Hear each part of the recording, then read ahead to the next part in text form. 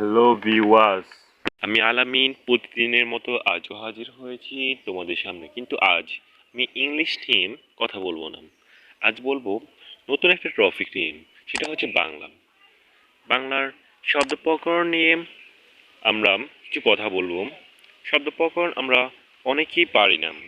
শব্দ প্রকরণ সম্পর্কে অনেক প্রশ্ন আসে বিসিএস অ্যাডমিশন এবং অন্যান্য পরীক্ষায় এসএসসি পরীক্ষাও সমানভাবে আসে। তৎসম অর্ধ তৎসম এগুলো আসে, তো আমরা পারি না।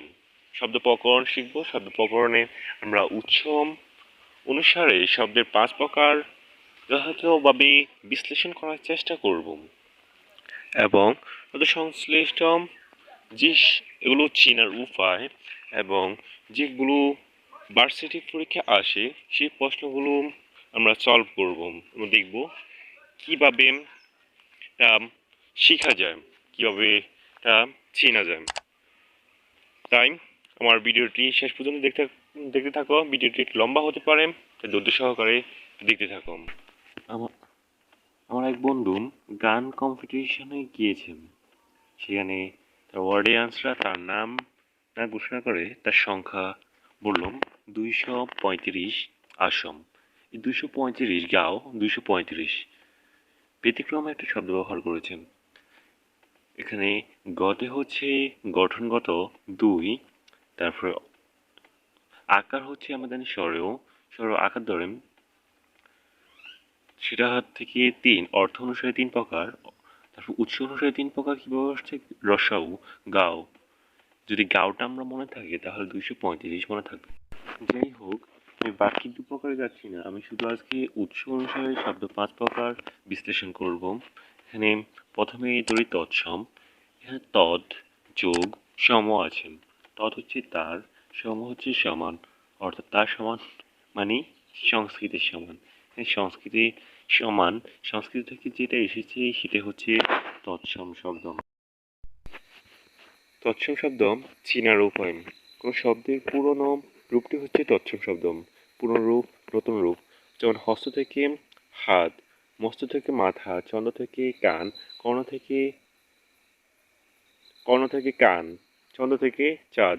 এভাবে পুরনো রূপ থেকে নতুন রূপে আসবে। পুরনো রূপটাই হচ্ছে তৎসম শব্দ। তৎসম শব্দ চেনার আরও উপায় আছে, যেমন নিচে রি চিহ্ন থাকবে কৃষক, পলাযুক্ত শব্দ থাকবে যেমন ব্যাকরণ, রেপযুক্ত শব্দে যেমন বর্ণ, ন স, নর্তবিধান সত্যবিধান যেগুলোতে খাড়ে সেগুলোতে বসবে যেমন কৃষক। এখানে মূর্ধন্য সম এসেছে তাই এখানে কৃষক, এটা তৎসম শব্দ। এবার আসি অর্ধ তৎসম। দ্বিতীয়টি হচ্ছে অর্ধ তৎসম। অর্ধ হচ্ছে আদাম মানে অর্ধেক, তৎ হচ্ছে তার, সম হচ্ছে সমান, তার সমান মানে সংস্কৃত সমান, অর্থাৎ আদা সংস্কৃত।